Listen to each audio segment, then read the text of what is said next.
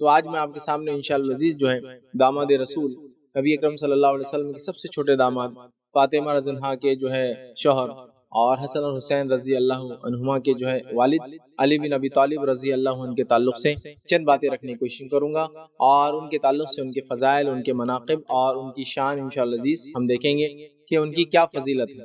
اور ظاہر سی بات ہے یہ ان شخصیات میں سے شخصیت ہے جو عشرہ مبشرہ کے اندر ظاہر سی بات ہے شامل ہے۔ عشرہ مبشرہ میں جس حدیث میں نبی اکرم صلی اللہ علیہ وسلم 10 لوگوں کو بشارت دی تھی جنت کی، اس میں ان کا مقام چوتھا تھا، اور خلافت کے اعتبار سے بھی ہم سب جانتے ہیں ان کا مقام چوتھا رہا، یاد رکھیے۔ تو آج میں انشاءاللہ آپ کے سامنے چوتھے خلیفہ علی بن ابی طالب رضی اللہ عنہ کے تعلق سے چند باتیں رکھنے کی کوشش کروں گا، لیکن اس سے پہلے کہ ہم آگے بڑھیں علی بن ابی طالب رضی اللہ عنہ کے تعلق سے یہ بات واضح کرنا ضروری ہے کہ بہت سارے لوگوں نے جو روایتوں کے اندر علی بن ابی طالب رضی اللہ عنہ کے فضائل، مناقب یا اللہ کے رسول صلی اللہ علیہ وسلم نے اپنی زبان سے ان کے تعلق سے باتیں بیان کی، ان چیزوں کے اندر بہت زیادہ غلو کر جاتے ہیں۔ غلو مطلب یہ کہ اس حد تک غلو کر جاتے ہیں کہ کبھی کبھار جو ہے ایک صحابی کی شان جو ہے ایک نبی سے اونچی کر دیتے ہیں۔ یہ طریقہ اور یہ معاملہ بالکل بھی درست نہیں، یاد رکھیں، ٹھیک۔ انبیاء علیہ الصلوۃ والسلام کی جماعت انبیاء علیہ الصلوۃ والسلام کی جماعت ہے، نبی اکرم صلی اللہ علیہ وسلم کا مقام ایک نبی ہونے کے ناطے ایک نبی ہونے کا مقام ہے، صحابہ کی جماعت ظاہر سی بات ہے نبی اکرم صلی اللہ علیہ وسلم کے صحابہ سب سے افضل مقام رکھتے ہیں، یہ بات اپنی جگہ ہے، لیکن ہم نہ کسی کے مقام کو بڑھاتے ہیں نہ کسی کے مقام کو گھٹاتے ہیں، جس کا جو مقام ہے وہ مقام دینے کی کوشش کرتے ہیں، اور یہی عقیدہ اہل سنت والجماعت کا ہے کہ جس کی جو شان ہے، جس کا جو مقام ہے، اس کو وہ مقام دیا جائے۔ ورنہ یہ دیکھا جاتا ہے کہ علی بن ابی طالب رضی اللہ عنہ کی شان میں لوگ غلو کر جاتے ہیں، اتنا غلو کر جاتے ہیں کہ نعوذ باللہ کبھی کبھار نبی اکرم صلی اللہ علیہ وسلم سے بھی ان کا مقام تجاوز کر جاتا ہے۔ تو اس طرح سے بالکل بھی نہ ہو، یقیناً صحابہ بہت عظیم شخصیات ہیں، بلکہ اللہ کے رسول صلی اللہ علیہ وسلم کے صحابہ تو دنیا کے سب سے افضل لوگ ہیں، یاد رکھیے، انبیاءوں کے بعد، یہ ہم تمام چیز جانتے ہیں، لیکن ہر کسی کا اپنا ایک مقام ہے۔ تو علی بن ابی طالب رضی اللہ عنہ کے معاملے میں لوگوں نے بڑا غلو کیا۔ دوسری بات یہ ہے کہ بہت سارے الفاظ جو علی بن ابی طالب رضی اللہ عنہ کے تعلق سے اللہ کے رسول صلی اللہ علیہ وسلم نے ادا کیے، یہ الفاظ ظاہر سی بات ہے بہت ساری بار عربی کے محاورے ہوتے ہیں، اور یہ بات خاص علی بن ابی طالب کے لیے نہیں، اللہ کے رسول اوروں کے لیے بھی یہ بات کہتے ہیں کبھی کبھی، لیکن ہاں بس ہوتا یہ کہ جب علی بن ابی طالب رضی اللہ عنہ کے تعلق سے باتیں بولی جاتی ہے تو اس کو ایک الگ معنی میں لیا جاتا ہے، اور دیگر صحابہ کے بارے میں اگر وہی بات کہی جاتی ہے اس کو الگ معنی میں لیا جاتا ہے، تو یہ بھی نہ ہو۔ لیکن جب حضرت علی کے تعلق سے آتے ہیں ان کا مقام بدل دیا جاتا ہے، دیگر صحابہ کے تعلق سے آتے ہیں ان کا مقام الگ کر دیا جاتا ہے، تو یہ نہ ہو۔ تو ہم اہل سنت والجماعت ہونے کے ناطے، مطلب وہ لوگ جو سنت کو تھامتے ہیں جماعت کے ساتھ، ان کا معاملہ یہ ہے کہ ہم کسی کی شان میں غلو نہیں کرتے، جس کا جو مقام ہے وہ مقام دینے کی کوشش کرتے ہیں، چاہے انبیاء کا معاملہ ہو، چاہے اصحاب کا معاملہ ہو، اور چاہے دیگر دینی شخصیات کا، اولیاء اللہ کا معاملہ ہو، جن کا جو مقام ہے وہ مقام دینے کی ہم کوشش کرتے ہیں۔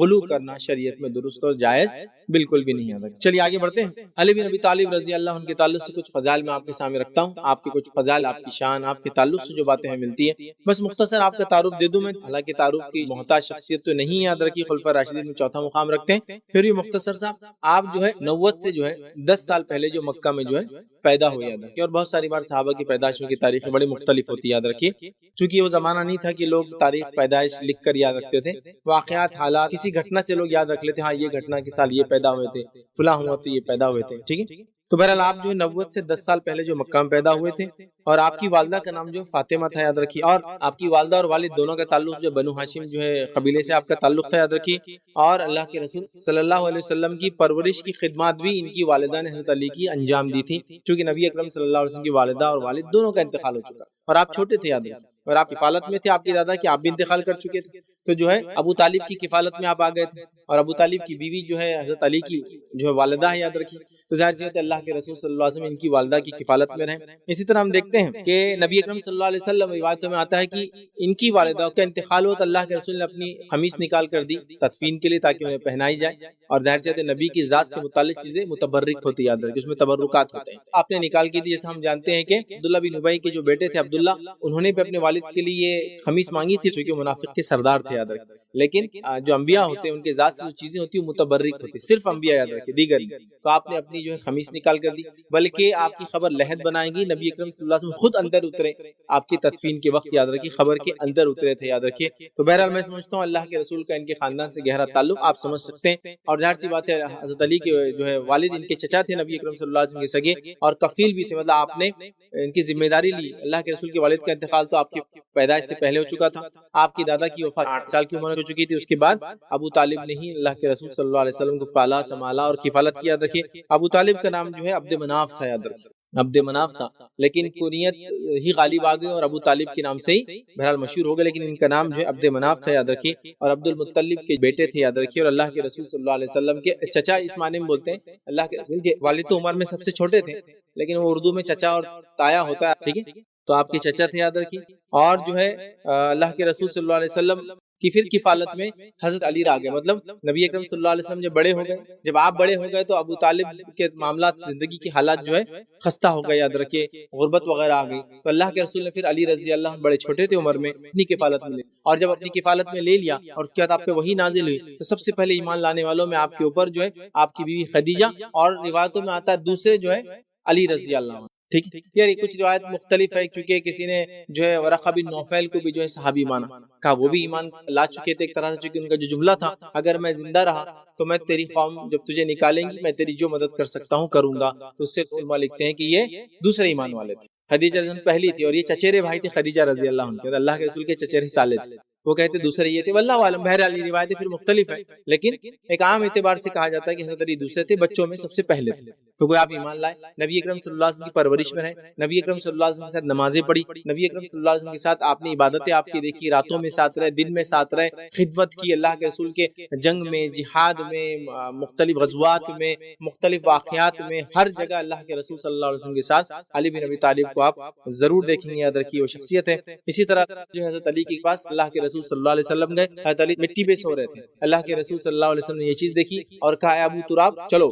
ابو تراب جب کہا مطلب مٹی والے، جو مٹی پہ سو رہے تھے، تو حضرت علی کی یہ کنیت جو ہے غالب آ گئی، یاد رکھیے اتنی غالب آ گئی کہ لوگ بہت سارے ابو تراب کے نام سے آپ کو پہچانتے تھے. اس کے بعد آپ کو جو ہے بیٹے ہوئے حسن رضی اللہ عنہ، تو پھر آپ کی کنیت جو ابو الحسن کہے گی، اور ابو الحسن کے نام سے بھی آپ مشہور ہو، یاد رکھیے. تو آپ کی دو کنیتیں رہی، ایک طرح سے ابو تراب جو ایک اللہ کے رسول نے دی تھی، تو اس سے پتہ چلا کنیت کے لیے بیٹا ہونا یا اولاد ہونا بھی ضروری نہیں ہے، اور وہ کوئی ضروری نہیں، اور یہ آپ کی مشہور اور معروف کنیت ہے، یاد رکھیے. دوسری کنیت جو ہے بیٹے کے نام سے آپ کی پڑی، ابو الحسن جو ہے، کیونکہ آپ کے بڑے بیٹے حسن رضی اللہ عنہ تھے، اس سے چھوٹے حسین رضی اللہ عنہ تھے، اور اس کے بعد جو ہے تیسرے بیٹے آپ کے تھے، یاد رکھیے. اور یہ تینوں یاد رکھیے صحابی کا درجہ رکھتے ہیں. ٹھیک ہے، علی رضی اللہ عنہ کے تعلق سے جو باتیں آتی ہیں کہ دو آپ کے کنیتیں تھی اور دو آپ کے لقب تھے. پہلا لقب آپ کا جو بہت مشہور اور معروف تھا، یاد رکھیے، وہ تھا مرتضی، اور دوسرا لقب آپ کا یاد رکھیے جو مشہور تھا وہ تھا حیدر، یاد رکھیے. ٹھیک ہے، جو کہ ایک شعر تھا، اور ہم سب جانتے ہیں خیبر کا جو واقعہ ہوا، قلعہ جو فتح نہیں ہو رہا تھا، کافی لمبا عرصہ ہو گیا.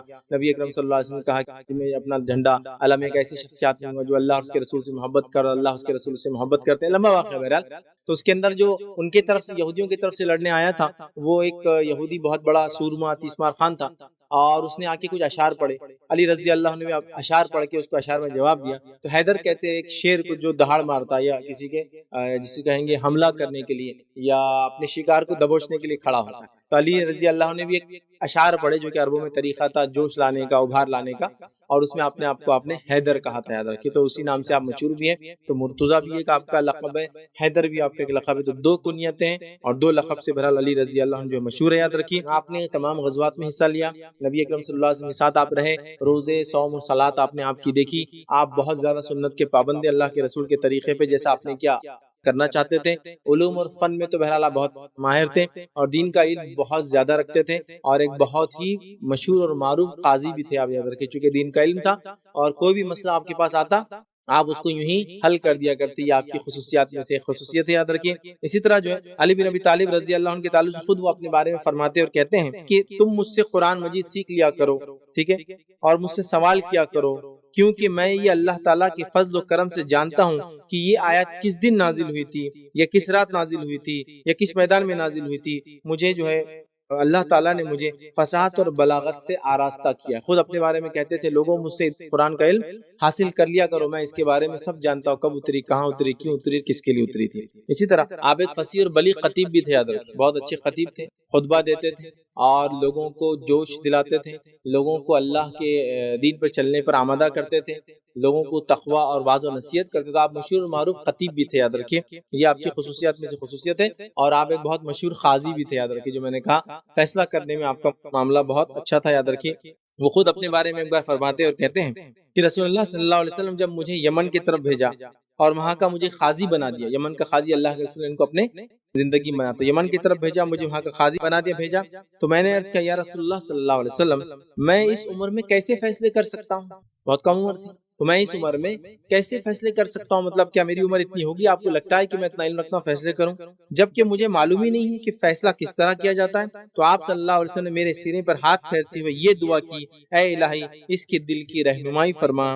پھر اس کے بعد وہ کہتے ہیں اللہ تعالیٰ نے میرا سینہ کھول دیا اور مجھے دو جھگڑا کرنے والوں کے درمیان فیصلہ کرنے میں کوئی تکلیف نہیں ہوئی، اس لیے کہ اللہ کے رسول صلی اللہ علیہ وسلم نے ان کو مخصوص دعا دی تھی فیصلہ کرنے کے بارے میں، یاد رکھیں. اسی طرح عمر ابن خطاب رضی اللہ عنہ کے بارے میں ایک واقعہ آتا ہے. ایک خاتون کا معاملہ آپ کے سامنے لایا گیا جس کو 6 مہینے مطلب 6 مہینے میں اولاد پیدا ہو گئی، اولاد کی ولادت ہو گئی، تو لایا گیا. عمر ابن خطاب رضی اللہ عنہ نے اس کو سنسار کرنے کا حکم دیا، کیونکہ 6 مہینے میں اولاد کیسا پیدا ہوگا، تو انہوں نے اس کو سنسار کرنے کا حکم دیا. ٹھیک ہے، جب یہ معاملہ علی بن ابی طالب رضی اللہ عنہ کے سامنے پیش کیا گیا، ان کے پاس آیا تو وہ وہاں آئے اور آپ نے کہا کہ اے امیر المومنین یہ رجم کا جو معاملہ ہے، یہ رجم کا معاملہ نہیں ہو سکتا، اس عورت کو سزا نہیں دی جا سکتی. تو عمر ابن خطاب رضی اللہ عنہ چونکہ علی رضی اللہ عنہ کی بہت عزت اور احترام کرتے تھے، یاد رکھیے، اور یہ پہلا اور آخری نہیں، حضرت عمر کے زندگی میں کئی واقعات ہیں جنہوں نے جو ہے قرآن کی آیتیں تلاوت کی. سورہ احقاف کی آیت 15 پڑھی اور فرمایا اس کا حمل اور اس کے دودھ چھڑانے کی مدت 30 ماہ ہے، اس کا حمل اور دودھ چھڑانے کی مدت 30 ماہ ہے. پھر قرآن کی دوسری آیت پڑھی انہوں نے جو سورہ لقمان کی آیت میں 14 وفصال فی عامین کہ اس کے دودھ چھڑانے کی مدت 2 سال ہے. اللہ نے پہلی آیت میں کہا 2 سال اور 6 مہینے مطلب 30 مہینے کا، دوسری آیت میں 2 سال مطلب 24 مہینے کا. تو انہوں نے کہا 30 مہینے میں سے 24 مہینے نکال دو تو بچے 6 مہینے، تو 6 مہینے میں ولادت ہو سکتی ہے، کیونکہ اللہ نے کہا حمل اور دودھ پلانے کی مدت 30 مہینے ہے، 2.5 سال. تو علی نے کہا کہ 2 سال تو دودھ کی ہوئی، مطلب 6 مہینے میں حمل پیدا ہو سکتا ہے، اور اس کی سزا معاف کر دی گئی. اور یہ پہلا اور آخری نہیں، کئی واقعات بہرحال موقع نہیں ہے، چونکہ ہم علی بن ابی طالب رضی اللہ عنہ کے فضائل آج دیکھنے والے. آئیے آگے چلتے ہیں. علی بن ابی طالب رضی اللہ عنہ کے کئی فضائل ہیں، کئی مختصر سے اگر گن لوں یوں ہی تو یہ داماد رسول ہیں. چوتھے تھے جن کو جنت کی بشارت دی گئی، چوتھے تھے جو مسلمانوں کے خلیفہ بنے. ٹھیک ہے، حسن اور حسین جو جنت کے سردار ہیں ان کے یہ والد ہیں. اسی طرح جنت کی جو عورتوں کی سردار ہے یہ ان کی جو ہے بیوی ہے فاطمہ جو اللہ کے رسول صلی اللہ علیہ وسلم کی بیٹی ہے. نبی اکرم صلی اللہ علیہ وسلم کے رشتے میں چچا زاد بھائی، یاد رکھیے. بچوں میں ایمان لانے والوں میں سب سے پہلے کہلائے السابقون الاولون میں سے، مطلب سب سے پہلے ایمان لانے والوں میں سے ان کا مقام ہے. ان کے کئی فضائل اور مناقب ہے، یاد رکھیے. اب علی بن ابی طالب رضی اللہ عنہ کے میں سمجھتا ہوں اتنی باتیں سن کے ہم کو ایک اندازہ تو ہو جاتا ہے کہ آپ کی شان کیا رہی ہوں گی اور صحابہ میں آپ کا مقام کیا رہا ہوں گا. آئیے صحیح بخاری اور صحیح مسلم کی ایک روایت ہے، سعد بن ابی وقاص رضی اللہ عنہ فرماتے ہیں اور کہتے ہیں کہ نبی اکرم صلی اللہ علیہ وسلم نے علی بن ابی طالب رضی اللہ عنہ کو غزوہ تبوک کے موقع پر مدینہ منورہ میں جو ہے اپنا نائب مقرر کر دیا. مدینہ میں تبوک کے موقع پر مدینہ کے اندر آپ نے آپ کو اپنا نائب مقرر کر دیا اور وہاں چھوڑنے کا جو ہے معاملہ کیا، اور غزوے میں حصہ لینے والے مجاہدین میں آپ کو شامل نہ کیا. کبھی ہوتا تھا کسی کو غزوے میں شامل کوئی نہ ہونے کے باوجود بھی اس کو شامل کیا جاتا تھا، اس کے اجر ثواب اور مال غنیمت میں، جس سے پتہ چلتا تھا مال غنیمت میں شامل ہے مطلب میرا اجر بھی اس کے اندر ہے. سمجھ آ، جیسے کہ عثمان ابن عفان رضی اللہ عنہ کو آپ نے جنگ بدر میں کیا تھا کہ کہا کہ میری بیٹی کا خیال رکھنے تو مدینے میں رہو، لیکن جنگ میں حصہ لانے والوں میں تمہارا ثواب بھی اور مال غنیمت بھی دیا گیا تھا. یہ دلیل تھی کہ آپ کو اس کا اجر ملا بدر کا، مطلب بدر کے جنگ میں شامل تھے. لیکن علی بن ابی طالب کو ایسا نہیں کیا، چھوڑ دیا اور اس میں شامل نہ کیا. ٹھیک ہے، تو مقرر کیا اور غزوے میں حصے لینے والے مجاہدین میں آپ کو شامل نہ کیا، تو انہوں نے افسوس کیا. عرض کیا کہ یا رسول اللہ صلی اللہ علیہ وسلم کیا آپ مجھے عورتوں اور بچوں میں رہنے کا حکم دیں گے؟ مطلب مجھے جنگ میں شامل حصے دار نہ مان کے یا ثواب اور اجر میں حصے دار نہ مان کے، کیا آپ مجھے بچوں اور عورتوں، چونکہ بچے اور عورتیں ہی رہتے تھے، تو بچے اور عورتوں میں شامل کروں گے اور جہاد میں حصہ لینے سے محروم رکھیں گے؟ مطلب میں جہاد میں حصہ نہ لوں، محروم رکھیں گے؟ تو آپ صلی اللہ علیہ وسلم اس موقع پر فرمایا اے علی کیا آپ کو یہ مقام اور درجہ پسند نہیں جو ہارون علیہ السلام کو موسیٰ علیہ السلام نے عطا فرمایا تھا؟ ٹھیک، یا ہارون علیہ السلام کو موسیٰ علیہ السلام کی نیابت کا ملا تھا، مطلب ان کے بدلے میں جو ملا تھا. آپ میرے نائب ہوں گے، البتہ میرے بعد کسی کو نبوت نہیں ملیں گی. ٹھیک ہے، تو یہاں دیکھیے اللہ کے رسول صلی اللہ علیہ وسلم نے جو ہے علی بن ابی طالب کو پیچھے رکھا اور کہا تم کو میں ویسے نائب چھوڑ کر جا رہا ہوں جیسے موسیٰ نے ہارون کو نائب چھوڑا تھا. لیکن یہ بات یاد رکھ لو میرے بعد کوئی نبی نہیں ہونے والا. یہ بہت بڑی بات تھی، یاد رکھیے، جو علی کے تعلق سے جو ہے اللہ کے رسول صلی اللہ علیہ وسلم فرمایا تھا. اور یہ واقعہ ہم جانتے ہیں، موسیٰ علیہ السلام جب نکل کے تورات لانے گئے تو کہا ہارون تم اب ڈپٹی ہو میرے، تم نائب ہو، تم سنبھالنا لوگوں کو دیکھنا. ٹھیک، چلیے آگے بڑھتے ہیں، دوسری فضیلت دیکھتے ہیں. رسول اللہ صلی اللہ علیہ وسلم فرمایا کہا علی رضی اللہ عنہ سے کوئی منافق محبت نہیں کرے گا اور اس سے کوئی مومن بغض نہیں رکھے گا یا نہیں رکھتا، یاد رکھیے، ٹھیک ہے۔ مطلب علی بن ابی طالب وہ شخصیت ہے جس سے کوئی منافق محبت نہیں کر سکتا، یاد رکھیے، اور کوئی مومن ایسا نہیں ہے جو آپ سے بغض رکھے گا۔ اس کا دوسرا معنی ہوا علی سے جو نفرت کرتا ہے وہ منافق ہے، یاد رکھیے، ٹھیک، کیونکہ کوئی منافق علی رضی اللہ عنہ سے محبت نہیں کر سکتا، ٹھیک، اور کوئی مومن علی رضی اللہ عنہ سے بغض نہیں رکھ سکتا۔ تو یہاں علی رضی اللہ عنہ کا یاد رکھیے، اس سے مقام، مرتبہ اور درجہ ہمیں جو ہے پتہ چلتا ہے کہ علی رضی اللہ عنہ سے محبت ایک طرح سے ایمان ہے۔ ویسے صحابہ سے محبت ہی بالعموم ایمان ہے، یاد رکھیے، ایمان کا تقاضا ہے، اور ہم تمام کی ایمان کا تقاضا یاد رکھیے، ہم اصحاب رسول سے محبت کریں، لیکن علی بن ابی طالب کے تعلق خاص فرمایا کہ علی سے کوئی منافق محبت نہیں کرے گا اور کوئی مومن آپ سے بغض نہیں رکھتا، مطلب جو آپ سے بغض رکھتا علی سے رضی اللہ عنہ وہ منافق ہے، یاد رکھیے، سمجھ رہے؟ تو علی بن ابی طالب رضی اللہ عنہ سے محبت یہ ایمان کا تقاضا، یاد رکھیے، اس لیے کہ یہ خاندان رسول سے ہے، یہ جو اہل بیت سے ہے، یاد رکھیے، ٹھیک ہے۔ بہرحال آگے چلتے ہیں۔ علی بن ابی طالب کی جو ہے جو مناقب میں جو فضائل ہے اس میں جامع ترمذی کی روایت ہے، مستدرک حاکم میں بھی روایت آتی ہے۔ عبداللہ بن عمر رضی اللہ عنہ روایت کرتے ہیں کہ ایک دفعہ اللہ کے رسول صلی اللہ علیہ وسلم نے حضرت علی سے فرمایا اور کہا، اے میرے دنیا اور آخرت میں بھائی۔ اللہ کے رسول نے حضرت علی سے کیا فرمایا اور کہا، آپ میرے دنیا اور آخرت میں بھائی ہیں، اے میرے دنیا اور آخرت کے بھائی۔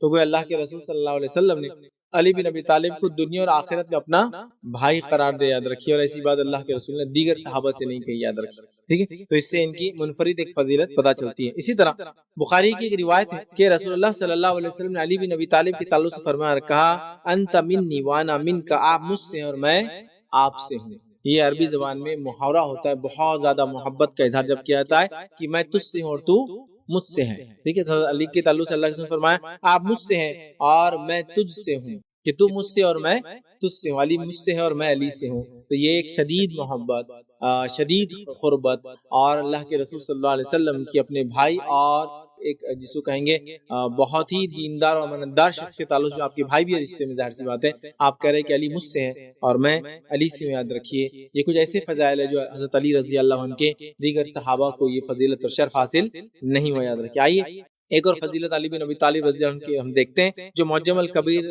جو امام طبرانی نے اس میں نقل کیا معجم الکبیر کے اندر، اور عبداللہ بن مسعود رضی اللہ عنہ جو روایت ہے کہ رسول اللہ صلی اللہ علیہ وسلم فرمایا اور کہا، بلا شبہ اللہ نے مجھے حکم دیا ہے کہ میں فاطمہ کی شادی علی سے کر دوں، بلا شبہ اللہ نے مجھے حکم دیا ہے کہ میں فاطمہ کی شادی علی سے کر دوں۔ تو پتہ چلا فاطمہ رضی اللہ عنہ سے جو حضرت علی رضی اللہ عنہ کا نکاح ہوا، یہ نکاح اللہ رب العزت کے حکم سے ہوا، یاد رکھیے۔ اللہ کے رسول فرما رہے اللہ نے مجھے حکم دیا کہ میں فاطمہ کا نکاح علی رضی اللہ عنہ سے کر دوں، یاد رکھیے۔ تو یہ بہت بڑی فضیلت ہے کہ اللہ رب العزت نے جو خاتون جنت ہے، ظاہر سی بات ہے جنت کے خاتونوں کی سردار ہے فاطمہ رضی اللہ عنہ، نبی اکرم صلی اللہ علیہ وسلم کی لاڈلی اور دلالی اور سب سے آخری بیٹی ہے، سب سے چہیتی بیٹی ہے، یاد رکھیے۔ آپ نے تمام بیٹی سے محبت کی لیکن ان سے محبت خاص ہے، واضح اور عیاں ہے، اور یہ بات بالکل عام بھی ہے کہ گھر میں جو چھوٹا آتا ہے اس سے محبت کا معاملہ بڑوں کا تھوڑا مختلف ہی ہوتا ہے دیگر لوگوں کے مقابلے میں، اور یہ آپ دیکھتے ہوں گے گھر کا سب سے بڑا اور گھر کا سب سے چھوٹا، یہ دو لوگوں سے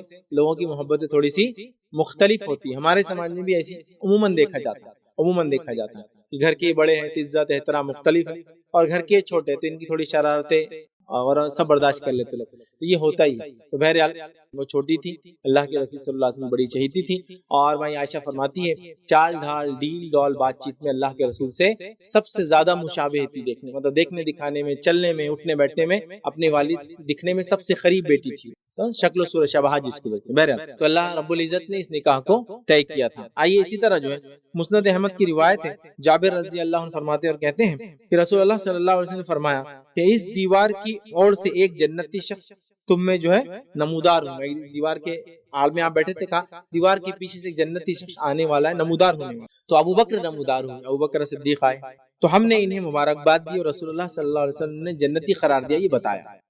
اس کے بعد تھوڑی دیر بعد آپ نے پھر ارشاد فرمایا اس دیوار کے پیچھے سے ایک جنتی شخص نمودار ہونے والا ہے، اور پھر لوگ دیکھنے لگے کہ بھائی کون ہے وہ اہل جنت میں سے کون ہے۔ تو عمر ابن خطاب رضی اللہ عنہ نمودار ہوئے، تو لوگوں نے ان سے فرمایا اور آگاہ کیا کہ اللہ کے رسول نے آپ کو جنتی کہا، آپ کے لیے مبارک ہو یہ چیز۔ اس کے بعد نبی اکرم صلی اللہ علیہ وسلم پھر تھوڑی دیر بیٹھے، پھر تھوڑی دیر بعد کہا، ارشاد فرمایا کہ ایک شخص دیوار کے پیچھے سے نمودار ہوگا جو جنتی ہوگا، تو حضرت علی بن ابی طالب رضی اللہ عنہ سے نمودار ہوئے۔ لوگوں نے آپ کو بھی جنت کی خوشخبری سنائی کہ اللہ کے رسول نے آپ کو بھی جنتی کہا ہے۔ تو اللہ کے رسول صلی اللہ علیہ وسلم زبانی مبارک سے زندگی میں علی رضی اللہ عنہ نے جنتی ہونے کا لقب پایا، جنتی ہونے کی سند پائی۔ چلیے آگے بڑھتے ہیں۔ مسند احمد کی روایت ہے کہ علی بن ابی طالب رضی اللہ عنہ جو ہے فرماتے، خود آپ فرماتے اور کہتے ہیں، غزوہ خیبر کے موقع پر مجھے جھنڈا تھماتے ہوئے جب رسول اللہ صلی اللہ علیہ وسلم نے میری آنکھ میں اپنا لعاب جو ہے لگایا، اس کے بعد میری آنکھ میں درد نہیں۔ ایک لمبا بہرحال اس کے پیچھے ایک واقعہ ہے۔ تو مسند احمد کی روایت میں دیکھیے علی بن ابی طالب رضی اللہ عنہ کا ایک واقعہ ہے، یہ خیبر کا ایک واقعہ ہے، طویل واقعہ ہے، اس کا چھوٹا ایک کڑی ہے۔ خیبر کے موقع پر علی بن ابی طالب رضی اللہ عنہ کی آنکھ میں تکلیف ہو گئی، اور جس کی وجہ سے آپ کو دیکھنا بھی تھوڑا مشکل تھا اور کھڑے بھی آپ نہیں رہ پا رہے تھے۔ نبی اکرم صلی اللہ علیہ وسلم نے اعلان کر دیا، کل میں یہ جھنڈا ایسی شخص کو دینے والا ہوں جس سے اللہ اس کے رسول محبت کرتے اور اللہ اس کے رسول سے محبت کرتے۔ اور یہ ایک دن پہلے آپ نے اعلان کیا تھا، کل میں یہ جھنڈا ایک ایسے شخص کو دوں گا کہ جس سے اللہ اس کے رسول محبت کرتے ہیں اور وہ اللہ اس کے رسول سے محبت کرتا ہے۔ ہر صحابی فجر کی نماز میں جلدی جلدی آ گیا، سب آ کر بیٹھ گئے۔ حضرت عمر کے تعلق سے روایت میں آتا، آپ تھوڑے ویسے بھی لہیم شہیم تھے لیکن اور تھوڑا ٹائٹ ہو کے بیٹھ گئے، دو زان ہو کے آدمی بیٹھتا، ہائٹ بڑھ جاتی نا، تاکہ نبی اکرم صلی اللہ علیہ وسلم کو ذرا ڈائریکٹ میں دکھوں، ہو سکتا میرے طرف کوئی بات ہو جائے، چونکہ جھنڈا اس کو ملنے والا تھا جس سے اللہ اس کے رسول محبت کرتا۔ تو سب صحابہ بالکل ریڈی تھے کہ کس کے لیے جملے ادا ہونے والے، میں تو نہیں سب سے۔ اور اس وقت اللہ کے رسول نے کہا، علی کہاں ہے؟ مطلب وہ اعزاز کس کو ملا؟ علی رضی اللہ عنہ۔ علی کہاں ہے؟ اللہ کے رسول کو بتایا گیا، اللہ کے رسول کی آنکھوں میں تکلیف، کہا لاؤ۔ جب لایا گیا تو اللہ کے رسول نے اپنا لعاب نکالا، اور لعاب لے کر آپ کی آنکھوں میں لگایا۔ علی رضی اللہ عنہ فرماتے ہیں، اس کے بعد میری آنکھ میں تکلیف ہوئی۔ اور نبی کی ذات سے متعلق تمام چیزیں کیا ہوتی ہے؟ یاد رکھیے، متبرک ہوتی ہے۔ نبی کے علاوہ یہ اعزاز کس کو بھی حاصل نہیں ہے۔ جو یہ کہیں گا نبی کے ذات کے علاوہ بھی کسی کے تھوک سے فائدہ ہو رہا ہے، اور کسی کے فلاں سے، اور کسی کے پسینے میں خوشبو آ رہی ہے، اور کسی کے کپڑے سے جنت مل سکتی ہے، تو نعوذ باللہ وہ نبی کے مقام کو، اس آدمی کے مقام کو نبی کے مقام پہ لے جا رہا ہے۔ چونکہ ہمارا عقیدہ ہے، یہ جو تبرکات ہے یہ نبی کی ذات سے، چاہے نبی کے سر کے بال ہو، چاہے نبی کے مونچھ کے بال ہو، یا نبی کا پسینہ ہو، یا نبی کا تھوک ہو، یاد رکھیے لعاب ہو، یہ تمام متبرک ہے۔ ان کے کپڑے ہو، ان کے جسم سے لگی ہوئی چیزیں ہوں، وہ جس برتن میں کھاتے اور پیتے تھے، یا جس سے پانی پیتے، جس برتن میں کھاتے وہ ہو، یا آپ کے ہاتھ کی لکڑی ہو، یا جس سے آپ سہارا لیتے وہ چیزیں ہو، یہ تمام متبرک ہے۔ یا جس پر آپ سوتے ہو وہ سب متبرکات تبرکات ہے، مطلب وہ متبرک ہو جاتی، چونکہ نبی اپنی ذات سے اس کو لگاتا ہے، اس کو چھوتا ہے، اس کو چومتا ہے، اس کو رکھتا ہے، یا اس پہ وہ سویا۔ اور یہ نبی کے ساتھ خاص سے تبرکات یاد رکھیں۔ جو شخص یہ کہتا ہے کہ کسی عام انسان سے، دیگر انسان سے نبی کے بعد یہ ہوتا ہے، نعوذ باللہ ثم نعوذ باللہ، وہ اس عام انسان کا مقام نبی کے مقام پہ لے جا رہا ہے۔ وہ یہ بات سمجھ لے میری، یہ بات سمجھ۔ تو یہ ہمارا عقیدہ اور ایمان ہے، نبی کی ذات سے تمام چیزیں متبرک۔ یہ وجہ تھی کہ اللہ کے رسول صلی اللہ علیہ وسلم کے اصحاب جب نبی اکرم صلی اللہ علیہ وسلم وضو کرتے، جو پانی گرتا اس پانی کو لے کے وہ لوگ اپنے آنکھ پر مل لیا کرتے۔ نبی اکرم صلی اللہ علیہ وسلم ام سلیم رضی اللہ عنہا کے گھر میں سو رہے ہیں، آپ کا پسینہ ٹپکتا، ام سلیم رضی اللہ عنہا اس کو بوٹل میں جمع کر لیتی اور فرماتی اتنی خوشبو ہوتی اس میں کہ ہم بعد میں اس کو استعمال۔ یہی وجہ تھی کہ صحیح مسلم کی روایت ہے، اللہ کے رسول صلی اللہ علیہ وسلم جو ہے حج کر رہے ہیں، اور حج کے بعد اپنے بال نکلوا رہے ہیں، صحابہ انتظار میں کھڑے ہیں۔ جب سیدھے طرف کے نکل رہے تو کچھ صحابہ اٹھا لے رہے ہیں، جب الٹی طرف کے نکل رہے تو کچھ صحابہ اٹھا لے رہے ہیں۔ یہ وجہ ہے کہ خالد بن ولید رضی اللہ عنہ اللہ کے رسول کے بال اپنے ساتھ رکھا کرتے تھے، اس لیے کہ نبی کے ذات سے جو چیزیں ہوتی ہیں وہ متبرک تبرکات۔ آپ دیکھیں خالد بن ولید کے پاس بال تھے نبی، تو صحابہ نے جمع کر لی کہ اللہ کے رسول کی ذات سے چیزیں۔ اللہ کے رسول صلی اللہ علیہ وسلم کی زندگی میں جو ہے منافقوں کی سردار جو ہے عبداللہ بن ابی کا جو ہے انتقال ہو گیا، اور ان کے بیٹے جو کہ ایمان والے تھے انہوں نے کہا اللہ کے رسول آپ کی خمیس دے دیجئے، چونکہ نبی کی خمیس متبرک ہے، ہو سکتا ہے کچھ فائدہ ہو جائے۔ اور اللہ کے رسول نے اپنے صحابی کا دل نہ توڑتے دے دی تاکہ صحابی کا دل نہ توڑے۔ پتہ چلا صحابہ کا عقیدہ تھا نبی کی ذات سے چیزیں متبرک ہے، ٹھیک ہے۔ تو اللہ کے رسول تھوکتے تھے، یا آپ کا لعاب ہوتا تھا، آپ نے آنکھ میں لگا دیا، لوگوں کو فائدہ ہوا، کسی کو زخم پہ ہو کر فائدہ ہوا، یا آپ تھوکتے تھے، لوگ اس کو لے کر مل لیا کرتے، چونکہ وہ ہمارے تھوک جیسا بدبودار نہیں ہوا کرتا تھا، پہلے تو اس میں خوشبو ہوا کرتی، اور وہ نبی کے ذات سے متعلق چیزیں یاد رکھے بڑی متبرک، دیگر کس کی نہیں آتا، یہ بات نہیں بتا۔ اور جو یہ کہتا نبی کے علاوہ بھی ہے کسی کی ذات سے چیزیں، تو نعوذ باللہ نبی کے مقام کو، کسی امتی کو نبی کے مقام پہ لے جا رہا ہے، اس بات کو بھی ہم ذہن میں رکھیں۔ چلیے بہرحال آگے بڑھتے ہیں۔ آئیے اسی طرح غزوہ خیبر کے دن آپ نے فرمایا میں جھنڈا ایک ایسے شخص کے ہاتھ میں سپرد کروں گا جو اللہ سے محبت کرتا ہے اور اللہ اس سے محبت کرتا ہے، اور اس کے ہاتھوں پر خیبر فتح ہوں گا۔ ٹھیک ہے، صحابہ کرام نے غور سے دیکھنا شروع کیا کہ وہ کون ہوتا ہے۔ آپ صلی اللہ علیہ وسلم کس کو لشکر کا جھنڈا دیتے ہیں؟ آپ صلی اللہ علیہ وسلم نے علی بن ابی طالب کے سپرد وہ جھنڈا کیا۔ اسی لیے حضرت عمر فرمان 3 مقامات ایسے ہیں کہ مجھے مل جاتا تو سرخ سے، تو اس میں ایک تھا خیبر کے دن جھنڈا۔ تو سب انتظار کر رہے تھے کہ اب مجھے ملے گا، مجھے ملے گا، سب سوچ رہے کسے ملے گا، چونکہ خیبر فتح ہوں گا، اور علی بن ابی طالب رضی اللہ عنہ کو وہ علم دیا گیا۔ اسی طرح صحیح مسلم کی روایت ہے، علی بن ابی طالب کا مقام اس روایت سے پتہ چلتا ہے۔ روایت کے الفاظ سنیے اس طرح سے کہ علی رضی اللہ عنہ فرمایا، خود فرماتے ہیں، اس ذات کی قسم جو دانے کو پھاڑ کر نکالتا ہے، مطلب اگاتا ہے، اور جس نے ہر روح والی چیز کو پیدا کیا ہے، نبی الامی صلی اللہ علیہ وسلم نے مجھے تاکید کی کہ میرے ساتھ صرف کامل ایمان والا شخص ہی محبت کرے گا، اور منافق کے علاوہ کوئی شخص میرے ساتھ دشمنی نہیں رکھے گا۔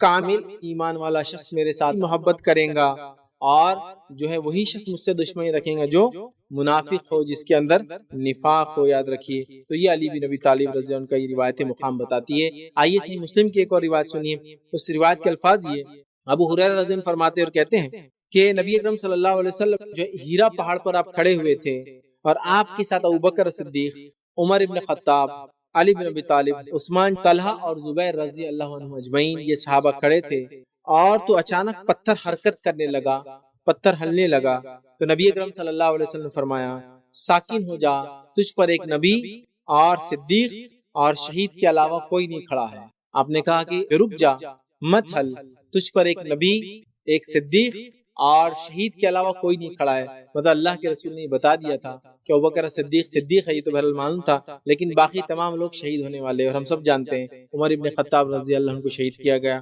علی بن ابی طالب رضی اللہ عنہ کو شہید کیا گیا، عثمان، طلحہ اور زبیر رضی اللہ عنہ کو بھی شہید کیا گیا۔ تو کہا تجھ پر ہے پہاڑ ایک نبی، ایک صدیق اور شہید کے علاوہ کوئی نہیں کھڑا ہے، اور پہاڑ نے حرکت کرنا بند کر دیا۔ یاد رکھیے، ٹھیک ہے، وہ پتھر نے حرکت کرنا بند کر دیا۔ اسی طرح جامع ترمذی کی مشہور روایت ہے، اور یہ روایت رکھیے انشاءاللہ عزیز، ہم ایک آدھ اور روایت رکھ کے بات ختم کریں گے۔ اور روایت اس طرح سے کہ اللہ کے رسول صلی اللہ علیہ وسلم نے فرمایا، کہا سنیے حدیث کے الفاظ کس طرح سے، جامع ترمذی کی روایت ہے، ابوبکر جنتی ہے، آپ نے اس کے بعد فرمایا عمر جنتی ہے، عثمان جنتی ہے، علی جنتی ہے، طلحہ جنتی ہے، زبیر جنتی ہے، عبد الرحمن ابن عوف جنتی ہے، یاد رکھیے، جو سعد بن ابی وقاص جنتی ہے، سعید بن زید جنتی ہے، اور ابو عبیدہ بن جراح جنتی ہے۔ یاد رکھیے، ان تمام لوگوں کو جنتی ہونے کی جو ہے بشارت نبی اکرم صلی اللہ علیہ وسلم نے اپنی زبان مبارک سے، ان کی زندگی مطلب وہ لوگ جو حیات تھے آپ نے سنا۔ یاد رکھیے، اسی طرح علی بن ابی طالب رضی اللہ عنہ، یاد رکھیے، اللہ کی راہ میں بہت بہادر اور شجاع تھے۔ یاد رکھیے، بہت بہادر اور شجاع تھے، مطلب لڑائی وغیرہ کے اندر بہت بہادری تھی۔ میں نے علی رضی اللہ عنہ کے جنگی معرکات اور ان کے جنگی واقعات وہ فضائل نہیں رکھے، اس لیے کہ اتنا موقع نہیں تھا کہ ہم وہ رکھے، ورنہ آپ ہر جنگ اور ہر غزوے کے اندر موجود تھے، اور وہاں آپ نے ایک سے بڑھ کر ایک کمال دکھایا، ایک سے بڑھ کر ایک کمال دکھایا۔ اور ظاہر سی بات ہے آپ کو جو ہے اسد بھی کہا جاتا کبھی، یاد رکھیے، یا حیدر آپ کو لقب دیا گیا، وہ اسی وجہ سے دیا گیا۔ اور آپ کی شخصیت کے تعلق سے بات مشہور اور معروف ہے کہ آپ کا قد تھوڑا پستہ تھا، مطلب عام ایوریج ہائٹ جو بھی اس زمانے میں ہوتی تھی اس کے مقابلے آپ کا قد تھوڑا پستہ تھا۔ سر کے بال آپ کے نہیں تھے، یاد رکھیے، تو سر پہ بال نہیں تھے، اور آپ کی داڑھی بڑی گھنی تھی، روایتوں میں آتا اتنی گھنی تھی کہ داڑھی کے یہ والے جو حصے ہیں وہ اتنے مطلب گھنی تھی کہ آپ کے کاندھے سے باہر جایا کرتے، مطلب جب داڑھی بڑی ہوتی نا تو یہ حصہ اتنا بڑا تھا چوڑا کہ کاندھے سے باہر جاتا، تو اس وجہ سے آپ کو شیر بھی کہا تھا، چونکہ سر پر بال نہیں ہے اور داڑھی اتنی گھنی کسی کی ہو تو ظاہر سی بات ہے کیسا لگتا ہے۔ جب شیر ہوتا ہے اس کو نیچے کا جب وہ جوان ہوتا ہے تب تو نہیں ہوتا، لیکن جوانی کی بات جب وہ ایک عمر کی طرف بڑھتا ہے تو اس کو نیچے پورے بال آ جاتے ہیں، دیکھا نا آپ نے، شیرنی کو نہیں ہوتے ویسے۔ حضرت علی کا ویسی تھا، سر چھوٹا دکھتا تھا اور داڑھی بڑی دکھتی تھی چہرہ، اور خط میں آپ تھوڑے سے پستہ تھے۔ ایک واقعہ بہرحال آپ کے تعلق سے آتا ہے، اور آپ کی جسمانی کیفیت اور صفات بھی بہت ساری آتی ہے، آپ کی ہاتھ کیسا تھا، آپ کی کلائی کیسی تھی، اور ہاتھوں کی مضبوطی کیسا تھی، کتنے آپ طاقتور تھے بہرحال، لیکن جس جسامت کے اعتبار سے دیگر صحابہ میں ایوریج آپ کی ہائٹ تھوڑی پستہ تھی، قد کم تھا، ٹھیک ہے، تو بہرحال جسامت کے اعتبار سے آپ کی قد بہرحال کم تھا لیکن جسمانی اعتبار سے بہت شجاع تھے، بہادر تھے اور بہت ماہر جو ہے تلوار چلانے والوں میں سے تھے، جو عرب کے اندر آپ کے جیسا تلوار چلانے والا نہیں پایا گیا۔ آپ کی مختلف تلواروں کے بہرحال مختلف واقعات ہیں، میں نے کہا اس لیے کہ وقت نہیں ہو تمام چیزوں کے آپ کی شجاع اور بہادری کے واقعات بہرحال ہم دیکھیں تو بہرحال موقع نہیں، ورنہ آپ بہت بہادر تھے، بہت سخی تھے، یاد رکھیں بہت سخی تھے، بہت صدقات و خیرات کرنے والے تھے، ٹھیک ہے، اللہ کے راہ میں خرچ کرنے والے تھے، اللہ کے راہ میں جان و مال اپنا صرف کرنے والے تھے، یاد رکھیں۔ ان تمام کے علاوہ ایک بہت عاجز انسان بھی تھے، بہت عاجز انسان، اتنے عاجز انسان تھے کہ علی بن ابی طالب رضی اللہ عنہ کے بیٹے محمد بن حنفیہ ایک بار یہ سوچنے لگے ان کے والد کے زمانے میں کہ میرے والد سے افضل کون ہوگا، چونکہ ابوبکر کا انتقال ہو گیا، عمر کا انتقال ہو گیا تھا اور عثمان بھی جا چکے تھے دنیا، اور یہی شخصیت کا نام پہلے آتا تھا علی سے، تو وہ سوچنے لگے کہ میرے والد سے افضل تو کوئی شخص دنیا میں ہے نہیں۔ تو محمد بن حنفیہ رحمۃ اللہ علیہ جو ان کے بیٹے تھے، انہوں نے ایک مرتبہ یہ سوچا، یہ ان کا خیال کا اظہار کیا کہ مجھے لگتا ہے میرے والد اب آپ سے زیادہ افضل تو کوئی دنیا میں شخص نہیں رہا، ٹھیک۔ تو حضرت علی بن ابی طالب رضی اللہ عنہ نے بڑی عاجزی اور انکساری کے ساتھ فرمایا میں تو عام مسلمانوں میں سے ایک مسلمان آدمی ہوں۔ جب انہوں نے یہ سوچا کہ عمر تو نہیں رہے، عثمان تو نہیں رہے، تب آپ سے افضل تو دنیا میں کوئی نہیں، اس کے جواب میں حضرت علی رضی اللہ عنہ یہ فرمایا کہ میں تو عام مسلمانوں میں سے ایک مسلمان ہوں، مطلب آپ بہت بہت بہت عاجز شخصیت تھے، یاد رکھیے۔ نبی اکرم صلی اللہ علیہ وسلم کا بہت زیادہ ادب کرتے تھے، یاد رکھیے۔ حدیبیہ کے معاہدے کا پورا واقعہ آپ کو یاد ہوگا، حدیبیہ کا معاہدہ ہوا، علی بن ابی طالب نے خط کو لکھا، وہ ڈرافٹنگ کیا محمد رسول اللہ صلی اللہ علیہ وسلم کی طرف سے اہل قریش کو، یا جو بھی آگے نام تھا وہ لکھا۔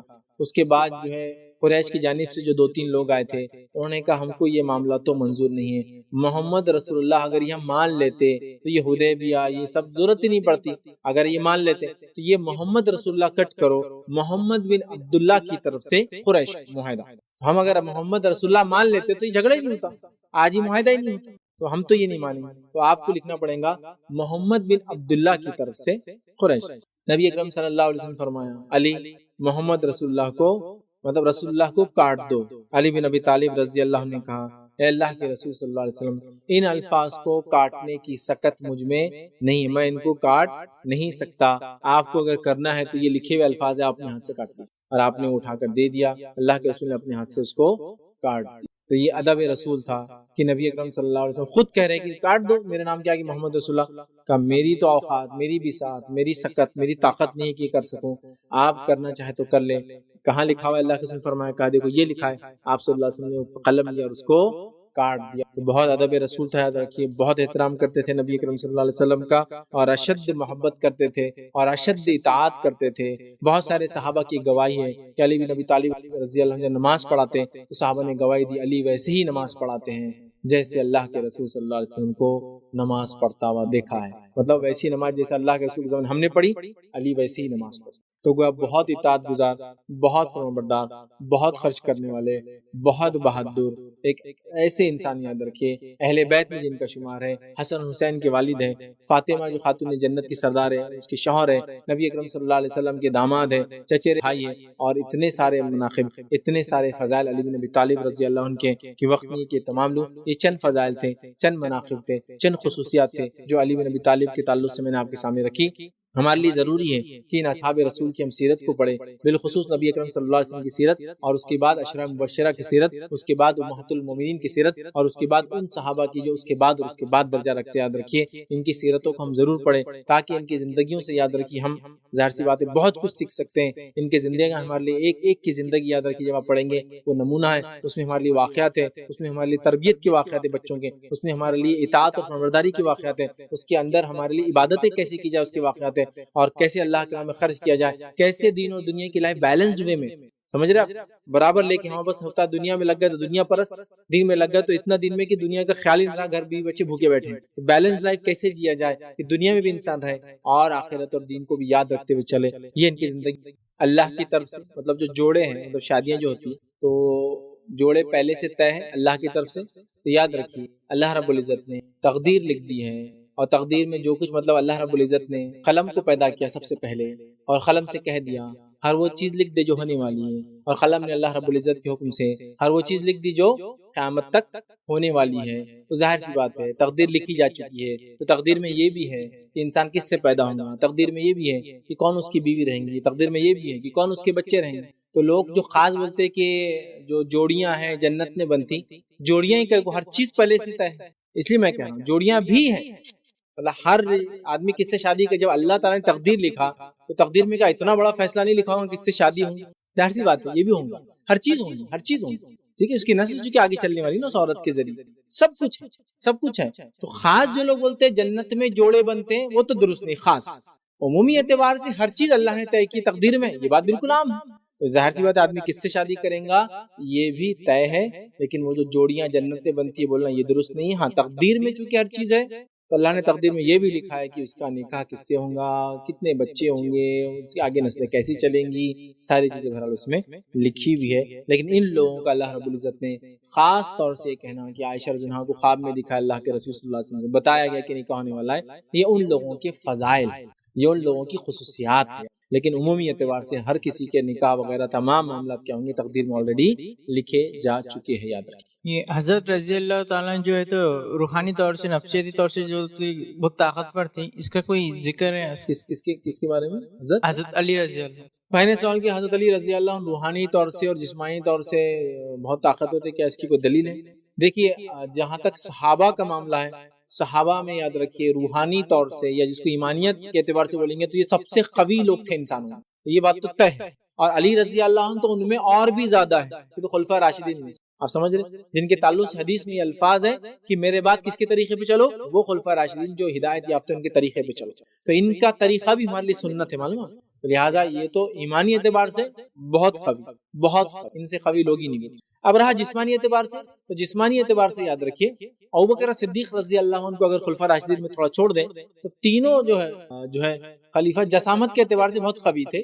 ابوبکر صدیق رضی اللہ عنہ جسمانی اعتبار سے اتنے قوی نہیں تھے، لیکن اس کا ہرگز مطلب یہ نہیں تھا کہ وہ بہت زیادہ کمزور تھے، ظاہر سی بات ہے ان کی ایسی ہمت دیگر لوگوں میں بھی نہیں تھی۔ جہاں تک ہمت کا معاملہ تھا، معلوم ہمت کا معاملہ تھا، ایک واقعہ یوں ہوا، جنگ کا واقعہ تھا، اللہ کے رسول صلی اللہ علیہ وسلم پیچھے تھے، لوگ آگے گئے، کسی نے کہا کہ اللہ کے رسول صلی اللہ علیہ وسلم کی کون حفاظت کریں گے؟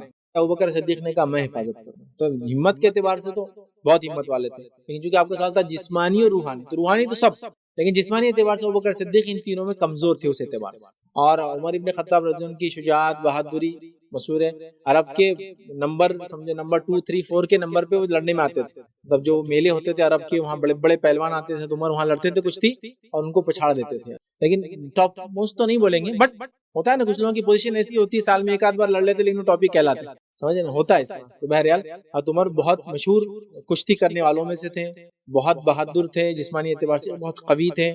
یہی معاملہ حضرت عثمان بن عفان رضی اللہ عنہ کا آتا ہے، حضرت علی کے تعلق سے بھی آتا ہے کہ آپ کی کلائی بہت بڑی تھی، بہت سارے آپ کے جو جسمانی اوصاف بھی ملتے ہیں ہم کو روایتوں میں، کلائی بہت بڑی اور چوڑی تھی، یاد رکھیے عام لوگوں کی جیسی نہیں تھی۔ اور یہ جو ان کا حضرت علی کے تعلق سے خاص روایتوں میں آتا ہے، یہ جو حصہ ہوتا ہے جو انسانوں کا عموماً سب سے کمزور ہوتا ہے، ایون باڈی بلڈرز کو آپ دیکھیں گے نا پورا حصہ جسم بڑا لیکن یہ بہت چھوٹے ہوتے ہیں، اس کے لیے بہت مشکل ہوتا ہے ایکسرسائز کر کے یہ حصہ کلائی کا بڑا کرنا۔ حضرت علی کے تعلق سے آتا عمومی انسانوں کے جس طرح سے پچھلے یا بائسپس ہوتے ہیں ان کی کلائی اس طرح سے اتنی بڑی تھی، ایسے انسان کو ہم بس کیا بولتے ہیں ڈبل ہڈی والا، جس کی کلائی یہاں سے لے کر یہاں تک ایک جیسی ہو ہاتھ۔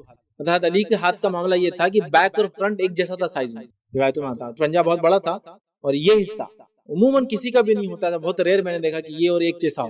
حضرت علی کا یہاں سے یہاں تک حصہ ایک جیسا تھا، اتنا چوڑا تھا، ٹھیک ہے، تو بہت طاقتور تھے۔ روایت میں حضرت عمر کے تعلق سے بھی اسی طرح کے الفاظ آتے تھے، ٹھیک۔ تو یہ جسمانی اعتبار سے میرا ایک فٹنس اور اسلام لیکچر سے میں نے تینوں خلفاء راشدین کے جسمانی اوصاف بیان کیا، ابوبکر کو چھوڑ کر ہاتھ پیر چہرہ سینہ کیسا دکھتا تھا وہ تمام چیزیں بہرحال بیان کی، آپ اس میں جو ہے دیکھ سکتے ہیں۔ تو جسمانی اعتبار سے بھی مضبوط لوگ تھے، ہمت کے اعتبار سے ان کے ایسا کوئی دنیا میں نہیں تھا، اور روحانی اعتبار سے بھی ایمانیت کے اعتبار سے بھی ان جیسا نہ کوئی تھا نہ کوئی گزرے گا۔ کسی نے ایک سوال کیا کچھ لوگ علی رضی اللہ عنہ اور معاویہ رضی اللہ عنہ کے اختلاف کو بڑھا چڑھا کر بتاتے ہیں، اور کچھ کہتے ہیں حسن رضی اللہ عنہ نے خلافت راشدہ کے 30 سال میں سے آخری 6 مہینے خلیفہ رہنے کے بعد حضرت معاویہ کے ہاتھ پر بیعت کر کے اختلاف ختم کیا، وضاحت کی۔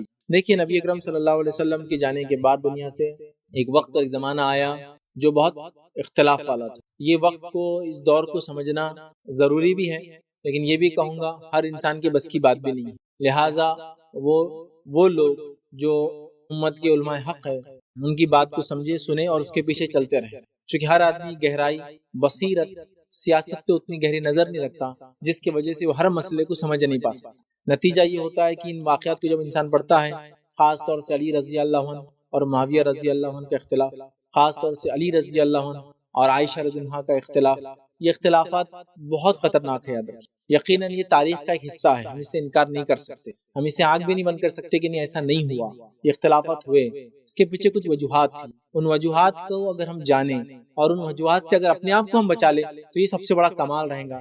اس سے بہتر کہ ہم یہ کہیں کہ کون حق پہ تھا، علی حق پہ تھے یا معاویہ حق پہ تھے نعوذ باللہ، یا پھر علی حق پہ تھے یا عائشہ حق پر تھی، یہ بات یاد رکھیے۔ امام شافعی رحمہ اللہ سے ایسے ہی سوال ہوا کہ علی حق پر تھے رضی اللہ عنہ یا معاویہ حق پر تھے رضی اللہ عنہ، یا عائشہ حق پر تھی رضی اللہ عنہ یا علی حق پر تھے رضی اللہ عنہ، کیونکہ ان دونوں میں بھی جنگیں ہوئی، تو انہوں نے ایک بہت پیاری بات کہی تھی۔ میں کہوں گا اس بات کو اصول مان کر چلے اور باقی چیزوں کو ختم کر دیں۔ ہاں اکیڈمیکلی بات کو سمجھنا ہے تو پڑھے آپ تاریخ، لیکن اس کو ایک بصیرت لگتی ہے، ایک سمجھ لگتی ہے اس کو سمجھ کے، ٹھیک ہے۔ اور امام شافعی رحمہ اللہ نے جو بات کہی بہت اصولی بات ہے، بہت اچھی بات ہے، پیاری بات ہے۔ انہوں نے کہا انہوں نے جو کچھ کیا ہم اس میں نہیں تھے تو اللہ نے ہمارے ہاتھوں کو محفوظ کر لیا، جو بھی ہوا وہ ان کے آپس میں ہوا، ہم تو اس میں نہیں تھے تو اللہ نے ہمارے ہاتھوں کو محفوظ کر لیا، بس ہم زبان سے کچھ بھی اب نہ بول کر اپنی زبانوں کو محفوظ کر لیا، سمجھ رہے ہیں؟ ہم دونوں کے ساتھ نہیں تھے تو اللہ نے ہم کو محفوظ کر لیا، ہم اختلاف میں تھے ہی نہیں، پیدا ہی نہیں ہوئے تو ہم محفوظ ہو گئے۔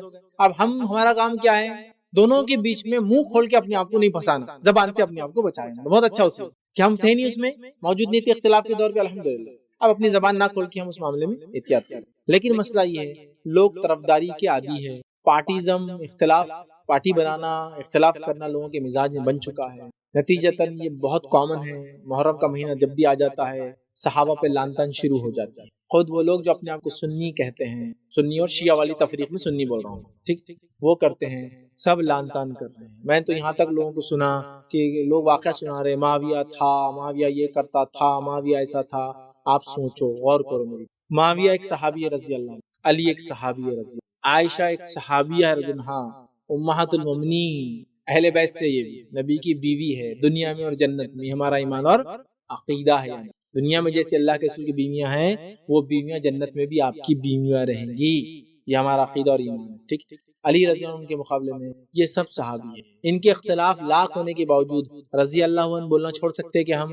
دیکھیے ابا اور چچا میں اختلاف ہے، بچے کیا بولتے ہیں؟ وہ بڑوں کا ہے ان کو کرنے، ابا کا بھی احترام چالو، چچا کا احترام چالو، بڑے لوگ ہیں، اب ان کیا بول سکتے ہیں چھوٹے لوگ؟ خاموش ہو، بڑوں کا اختلاف۔ ابا کے سامنے اگر چچا کا برا بول دی، چچا اور ابا کا اختلاف، اور آپ چچا کو برا بولتے، ابا بھی کبھی سمجھدار آدمی تو کیا بولتے ہیں؟ یہ تمہارا اختلاف نہیں ہے، یہ ہم بھائیوں کا ہے، تم بچے بیچ میں مت بولو، ہے نا، کرتے ہیں نا، یہ سمجھدار لوگوں کی علامت ہے کہ وہ جانتے ہیں بچوں کو ان اختلافات میں نہیں کھینچنا چاہیے۔ تو ان کے لاکھ اختلاف کے بعد وہ صحابی تو صحابی رہے، وہ صحابیہ تو صحابیہ ہی رہے، تو ان کے ٹائٹل تو نہیں چھینے۔ لاکھ اختلاف کے بعد بھی اللہ علی سے بھی راضی رضی اللہ عنہ، تو عائشہ رضی اللہ عنہ سے بھی اللہ راضی، اور معاویہ سے بھی راضی۔ تو دیکھو انہوں نے جو کیا وہ ایک بہت زبردست امت کی اختلاف کا نتیجہ تھا، جو اللہ تعالیٰ نے بتا دیا شیطان کیا چاہتا ہے مومنوں کے ساتھ، کہ وہ فوراً ان میں اختلاف ڈالنا چاہتا ہے۔ اور توحید کے بعد سب سے عظیم نعمت جو امت مسلمہ کو ملی ہے وہ اتحاد کی نعمت ہے۔ توحید کے بعد سب سے پہلے شیطان چاہتا ہے اتحاد کی نعمت کو چھین لے، اس نے صحابہ کی زندگی میں یہ کر کے بتایا وہ کیسے چھین سکتا، اور وہ اختلاف کا نتیجہ یہ ہوا کہ نبی کی پوری زندگی میں جتنے صحابہ جنگوں میں شہید نہیں ہوئے، یہ 2 4 5 جنگوں میں اس سے کئی گنا زیادہ صحابہ شہید ہوئے۔ تو لہٰذا یہ اختلاف کو بازو رکھتے ہوئے اور یہ کہے یا اس اختلاف کو اگر آپ کو سمجھنا ہی ہے تو اس کو آپ اسٹڈی کریں اکیڈمیکلی، ایک ترتیب وار انداز سے، تاکہ آپ اس اختلاف کو سمجھیں اور فتنے سے اپنے آپ کو جو ہے آپ محفوظ کر سکیں۔ اور یاد رکھیے تمام چیزوں کو کرنے کے بعد بھی یہ بات یاد رکھیے، معاویہ چاہے جو بھی آپ ان کے بارے میں بولیں، رضی اللہ عنہ ایک صحابی ہی ہے اور وہی ان کا درجہ اور مقام ہے، اور علی رضی اللہ عنہ یاد رکھیے آپ جتنا ان کو چاہیں اس سے معاویہ رضی اللہ عنہ کا درجہ کم نہیں ہوتا، معاویہ رضی اللہ عنہ کا آپ جتنا چاہیں علی رضی اللہ عنہ کا درجہ کم نہیں ہوتا، کیونکہ یہاں ہوا تابعین تابع تابعین کے زمانے کے بعد لوگوں نے کیا کیا، جو اہل بیت کے فضائل لوگ بیان کر رہے تھے، جو لوگ ان سے چڑ گئے وہ ناسبی بن گئے، تو شیعوں نے اتنا اٹھایا اہل بیت کو کہ سر پہ بٹھا لیا، نبیوں سے اونچا کر دیا، تو ناسبی ایک فرقہ بنا، انہوں نے اہل بیت کی برائیاں کرنا شروع کر دی۔ دونوں بھی فریق غلط۔ ہم کہتے ہیں محبت بھی اتنی جتنی شریعت نے بتایا، نفرت بھی اتنی جتنی شریعت نے بتائی، تو ناسبیوں کی ناسبیت حضرت علی کے خلاف، اہل بیت کے خلاف، وہ بھی غلط، اور شیعوں کا غلو کرنا اہل بیت کی ذات میں وہ بھی غلط۔ ہم بولتے ہیں اعتدال کا راستہ اپنا، جس کا جو مقام ہے وہ دیتے ہوئے چلو. تو لہٰذا یہ صحابی ہیں، ان کے اختلافات ہوئے. اگر آپ کو اکیڈمیکلی پڑھنا ہے تو آپ ضرور پڑھیے اس کو، بٹ سمجھ کے ساتھ، بصیرت ہو آپ کے پاس، یا پھر اہل علم کی روشنی میں ان سے مشورہ لے کے ان کے لیکچر سنیں. زیادہ میں سمجھتا ہوں بہتر ہے. اگر نہ سمجھ پہ آپ سیاسی، اگر سیاست آپ کو نہیں سمجھتی تو مت جائیے اس میں، اس لیے کہ یہ چیزوں کو سمجھنا اتنا آسان پھر نہیں ہوگا. لیکن اتنا تو آپ سمجھیے کہ یہ سب صحابی ہے، ان کی عزت اور مقام میں کبھی کمی نہ آنے دیجیے، چاہے آپ جو بھی ان کے بارے میں واقع. حضرت علی کا جو انتقال ہوا تو ان کو ہمارا ایک دوست عراق میں جا کے تو میں نے مزار دیکھ کے آیا. میں نے ایک سوال کیا کہ حضرت علی رضی اللہ عنہ کی مزار کسی نے عراق گئے دیکھ کے آئے. یاد رکھیے علی رضی اللہ عنہ کو جب شہید کیا گیا تو شہادت کے بعد جو واقعہ ہوا، کیوں ہوا، کیا ہوا، بہرحال ہم نہیں جانتے، لیکن یہ ایک جسے کہیں گے صحابہ کی اور ان کے اہل بیت، ان کے خاندان کے لوگوں کی بصیرت تھی. علی رضی اللہ عنہ کو کہاں دفنایا گیا ان کی اولاد نے کبھی نہیں بتایا کسی کو، کبھی نہیں. اور اس سے پہلے ایسے واقعات ہو چکے ہیں کہ لوگ اس طرح سے نہ کریں. حد عمر ابن خطاب رضی اللہ عنہ کا زمانہ ہے اور بابل شہر پہ قبضہ ہوا مسلمانوں کا، ایران کا ایک شہر تھا، اور وہاں ایک خبر نکلی، زمین کے نیچے ایک حصہ نکلا، ایک تہخانہ بولیے اس کو. تہخانے کے اندر ایک انسان کی جو ہے جسم نکلا، جو کہ انتقال کر چکے تھے، لیکن جسم پورا صحیح سلامت، پورا کمپلیٹلی جسم صحیح سلامت. اور وہاں ایک تختی پر لکھا تھا یہ بنی اسرائیل کے نبی دانیال علیہ السلام کی خبر. عمر رضی اللہ عنہ بات لائی گئی کہ دانیال علیہ السلام کی خبر نکلی، ایسا ہے. تو عمر ابن خطاب رضی اللہ عنہ نے کہا کہ ٹھیک ہے، اس خبر میں سے اس جسم کو نکال لیا جائے.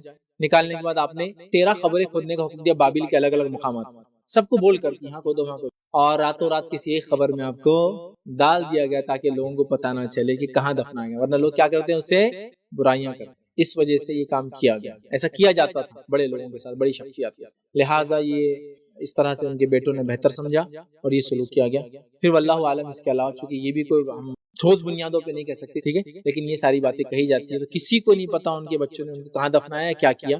واللہ عالم. جو دعویٰ ہے صرف دعویٰ ہے کہ یہاں ہوا ہوں گا، کیے ہوں گے، کوئی اس کے پیچھے سچائی نہیں. آپ کٹ کر سکتے ہیں اور پھر رکھ لیجیے. اب کٹ کرنا بھی اور بند کرنا دونوں، جو بھی ہو سکتا ہے آپ نے کیا. اور آپ کا سب کو آئیڈیا ہوتا ہے اپنے موبائل فون بند کیسا ہوتا ہے، نکالا اور ڈال دیا. یہ کیا جا سکتا. پوری لوگوں کی نماز خراب کرنے سے اچھا یہ عمل. ہاں بس یہ مسئلے کا علم نہیں، یہ مسئلے کا علم نہیں. اب ہوتا کیا ہے، نماز میں گری ہوئی ٹوپی برابر اٹھا کے پہنتا ہوں لیکن موبائل نہیں کٹ کرتا. نہیں غلط عمل. پھر گری ہوئی ٹوپی اٹھانا کہاں سے ثابت ہے؟ کئی بار گر رہی، ہر بار اٹھتے وقت پہن رہا ہوں، پھر چھوڑ دے رہا اس کو بھی. جب آپ موبائل کو نہیں بند کر سکتے ٹوپی بھی نہیں اٹھانا چاہیے. تو کیا ہوتا ہے، ہم کو علم نہیں مسئلے کا اور لوگ بولتے بھی نہیں. دیکھیے موبائل اگر بچ جائے تو نکال کر بند کرنا درست ہے، آپ لوگ بند کر لیا کیجیے. تو کتنے لوگوں کو علم ہو جائیں گا نا؟ نہیں، یہ تو نہیں بولیں گے. جو علمی مسئلہ یہ ہے کہ بعد میں یا پہلے بول دیا جائے موبائل بچ بھی جائے تو بند کر لیجیے، نماز سے پہلے ویسے احتیاطاً بند کر لینا چاہیے. انسان ہے لیکن غفلت ہوگی، اس کو لگا بند کیا لیکن اس نے بند نہیں کیا تھا. کسی کا لے کے آیا گھر میں کوئی بیمار ہے، کسی نے کہا ہینڈ سیٹ رکھو بھائی تمہارے پاس بیمار ہے تمہارے گھر میں کال کی ضرورت، اس کو استعمال کرنا آتا نہیں بیچارے کو، بچ گیا. تو ایٹ لیسٹ یہ تو معلوم ہو کٹ کر سکتا ہے. تو یہ کرنا چاہیے نماز میں، اس لیے کہ اس سے انشاءاللہ نماز میں کوئی فرق نہیں آتا. اسی طرح جو ہے نماز میں بات چیت کرنا، ٹھیک، وہ بات چیت جو نماز کی درستگی کا حصہ جائز ہے. لقمہ دینا، سبحان اللہ کہنا غلطی ہونے پر، ٹھیک ہے، یا ایسی حرکت کی عورتیں آواز کرے کہ امام سمجھ جائے کہ اس سے کچھ نہ کچھ غلطی ہو رہی ہے. یہ تمام چیزیں نماز کے اندر بھی یاد رکھیے جائز ہے، اس میں کوئی مسئلہ نہیں. ٹھیک. اسی طرح کوئی معمولی سا کام ایسا کرنا جیسا کپڑوں کو سیدھا کر لینا، معمولی سا، بکثرت کپڑوں کو سمیٹنا منع ہے. معمولی سا کام جو ضروری بھی ہے کپڑے کے تعلق سے، وہ کرنے میں کوئی حرج نہیں. یہ سب کر سکتے ہیں. ایک بٹن سے دوسرا بٹن مل گیا، جب آپ اٹھے پورا شرٹ ہی اٹھ جا رہا ہے اوپر، ہوتا ہے نا کبھی، تو خالی آپ نے معمولی سا کھینچ لیا اس کو، نہیں یہ ہو سکتا. لیکن یہ نہیں کہ آپ نے چھوٹا شرٹ پہن کے پورا ٹائم کھینچا ہے، وہ میں نے بس تفصیلات لے لی. معمولی سی کوئی حرکت آپ کر سکتے ہیں جو نماز کو صحیح کرنے کی. اسی طرح کھانسی کا آ جانا جو کہ اس کے بغیر چارہ نہیں ہوتا انسان، چھینک کا آ جانا جو کہ اس کے بغیر چارہ نہیں ہوتا. اسی طرح جمائی کا آنا اور اس کو آپ کا روکنا، اس لیے کہ آپ نے حدیث میں فرمایا جمائی کو روکو، اسے لینا نہیں چاہیے. ٹھیک، یہ کرنا. لیکن کھانسی آنے پر ٹھیک ہے آپ کوشش کریں کہ اس کو روکے، لیکن جو مجبوری ہیں وہ تو ہوں گے. ہمارے پاس ہوتا ہے کہ نماز کے حالات میں اگر چھینک آ رہی ہے تو اس کو ایسا تو بھی روکتا ہو نماز کے تھر کانپتے، کیونکہ چھینک مشکل ہوتی ہے. اور جمائی جو نہیں لینا ہے وہ نمازوں میں چالو ہے، کنٹینیو نمازوں میں جمائی. جو لینا ہے اس کو روکتا ہے، جو نہیں کرنا ہے وہ شروع ہے نماز. جمائی لینے سے آپ صلی اللہ علیہ وسلم نے منع کیا، اس لیے کہ آپ نے فرمایا جب ایک مومن کرتا ہے تو شیطان اس پر سستی طاری کرتا ہے، امت کو سست. لہذا فرمایا جمائی نہ لیا کرو، اور آ جائے تو منہ پکڑ کر روکو، اس کو مت نہیں لینا چاہیے.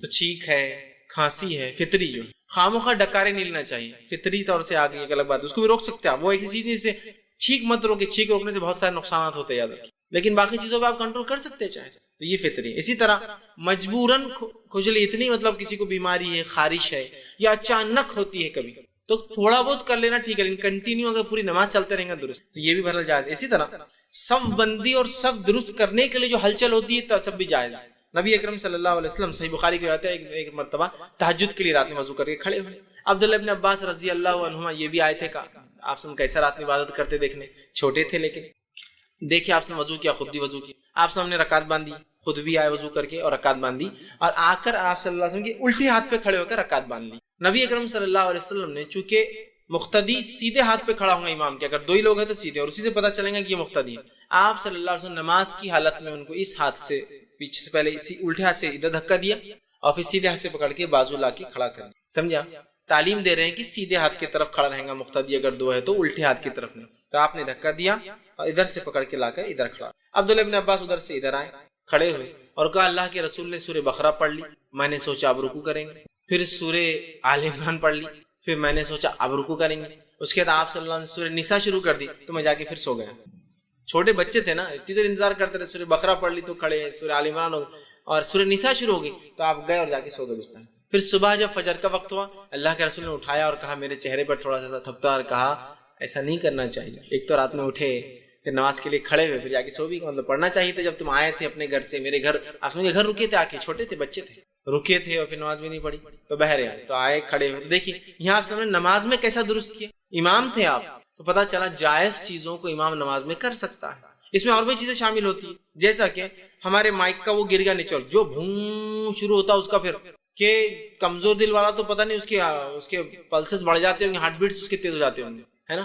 تو مائک کو اٹھا لیا، مائک کو تھوڑا سا بہت کرا، تھوڑا نیچے کر لیا، کیونکہ بہت پوری مسجد کے 100 لوگ تکلیف اٹھاتے ہیں، ہزاروں لوگ جمعے کی نماز میں، ہے نا. تھوڑا کر سکتے ہیں یہ سب چیزیں تھوڑا سا. اسی طرح رکعت تو باندھ لی اور پھر دیکھا سامنے موزی چیزیں، چونٹیاں ہیں، اگر سجدہ کروں گا تو کاٹ سکتی ہے، تو تھوڑا سا امام خود ہل گیا بازو، چونٹیاں ہیں نا، کاٹ سکتی ہے نا اتنی بہت. تو یہ چیزیں، یا پھر نماز کو کھڑے ہو گئے اور غلاظت تھی، رات میں بلی آ گئی مسجد کے اندر، غلاظت کر کے چلے گی، دیکھا نہیں فجر میں امام آیا کھڑا ہوا، کھڑے ہونے کے بعد دکھ رہی ہے سرک جائے، یہ جائز حرکت ہے، یہ جائز.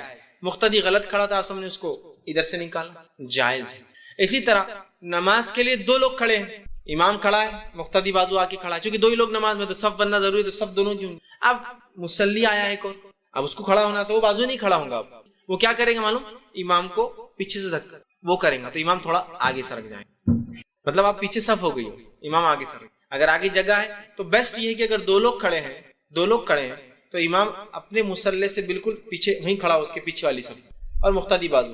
جیسے کوئی مقتدی آئے گا اس کو دھکا دے گا، امام اپنے مصلی پہ چلے جائیں گا، مقتدی پیچھے صف بنا لیں گے. سمجھ رہے ہیں؟ لیکن اس کا بھی علم نہیں ہوتا. بس یہ جائز حرکتیں ہیں، یہ جائز آگے پیچھے ہونا یہ نہیں کرتے ہیں، اور جہاں جو نہیں کرنا ہے وہ کرے. ٹوپی اٹھا کے رکھ رہے، میں نے دیکھا ٹوپی گر کے رول ہوتے ہوئے دور گئی تو نماز میں پورا آگے جا کے بھی لے کے آتے اس کو اپنے پاس، جو کہ نہیں کرنا ہے. اور جو کرنا ہے صفوں میں، صف بندی کے ادب میں نہیں، ایک امام اور ایک مقتدی ہے تو امام آگے کھڑا اور مقتدی پیچھے کھڑا، یہ تھوڑی نماز ہوگی، کیونکہ صف ہی نہیں بنی. صف کہاں بنی؟ یہ مسئلے کا علم ہونا چاہیے، یہ بہت اہم چیز ہے. ایک مرتبہ میرا ایک قصبے سے جانا ہوا، وہاں الحمدللہ ایک گھرانہ اہل علم تھا، علم رکھتا تھا، بہت چھوٹا دین قصبہ، مجھے نہیں معلوم تھا، اسی دن پہ تعارف ہوا. فجر میں گیا تو دو آدمی نماز پڑھ رہے فجر، اور جلدی نماز تھی اور راستے پہ مسجد تھی وہ. تو جب میں وہاں گیا وضو کر کے جا کر بازو کھڑا ہو چکی، میں ڈرا ہوا تھا کہ اگر میں دھکا دوں گا تو ایک نیا مسئلہ، امام کو دھکا دینے ہمارے بولتے ایک نیا مسئلہ، انہوں نے رسک نہیں لینا. میں خاموشی سے آ کر دو کھڑے تھے، تیسرا کھڑا ہو گیا. ہمارے دو اور بھی ساتھی تھے، بولے نہیں ابھی کھڑے ہو جاؤ، یہ گاؤں کی مسجد ہے، بہت جھگڑے ہو جاتے ہیں، چھوٹی چھوٹی چیزوں پہ جھگڑے ہو جاتے ہیں. جیسے ہی میں بازو کھڑا ہوا، امام علم رکھنے والا تھا، وہ آگے بڑھ گیا، خود وہ آگے بڑھ کے چلے گئے مصلی، چونکہ وہ ایگزیکٹلی اپنے مصلی سے امامت کے پیچھے کھڑے تھے. ایک آدمی بازو، جیسے ہی میں کھڑا ہوا وہ آگے چلے گئے، اور پھر ہمارے بازو والے کھڑے ہوئے، سب بنے، ان کو علم تھا اس مسئلے کا. بعد میں وہ دیکھنے لگے، ارے بولے آپ نے مجھے وہ نہیں کیا. میں نے کہا ہم کو پہلے ڈر لگا ہوا تھا کہ آپ کو دھکا دیتے رہے، کہ میں بازو والا شروع ہو جاتا ہم کو ثواب کی نیت سے کہ امام کو دھکا دے رہا، امام کو ہٹا رہا نماز میں، اتنا بڑا گناہ. تو میں نے رسک لینا پسند نہیں کیا کہ امام کو ہٹانے کا. وہ بھی ہنسنے لگے، کہا نہیں صحیح کیا آپ نے، بولے علم نہیں ہوتا لوگوں کو، لیکن اس مسجد میں الحمدللہ ہم لوگ علم رکھتے ہیں اور ہم لوگ ایسا عمل کرتے ہیں. میں نے کہا بڑی بات ہے، لیکن بھائی ہر جگہ کی حالت اس طرح سے نہیں ہے، ٹھیک. تو یہ آپ یہ ہلچل جائز ہلچل ہے، آپ کر سکتے ہیں. اسی طرح امام خیرت بھول جائے، غلطی ہو جائے تو آواز دینا، یہ بھی میں نے تفصیلات آپ کر سکتے ہیں. اسی طرح نماز میں آپ کے آگے سے کوئی جا رہا ہے تو آپ اس کو نماز کی حالت میں روک لیں گے، ٹھیک ہے، یہ جائز عمل ہے. ہمارے پاس کیا ہوتا ہے، دیکھیے ایک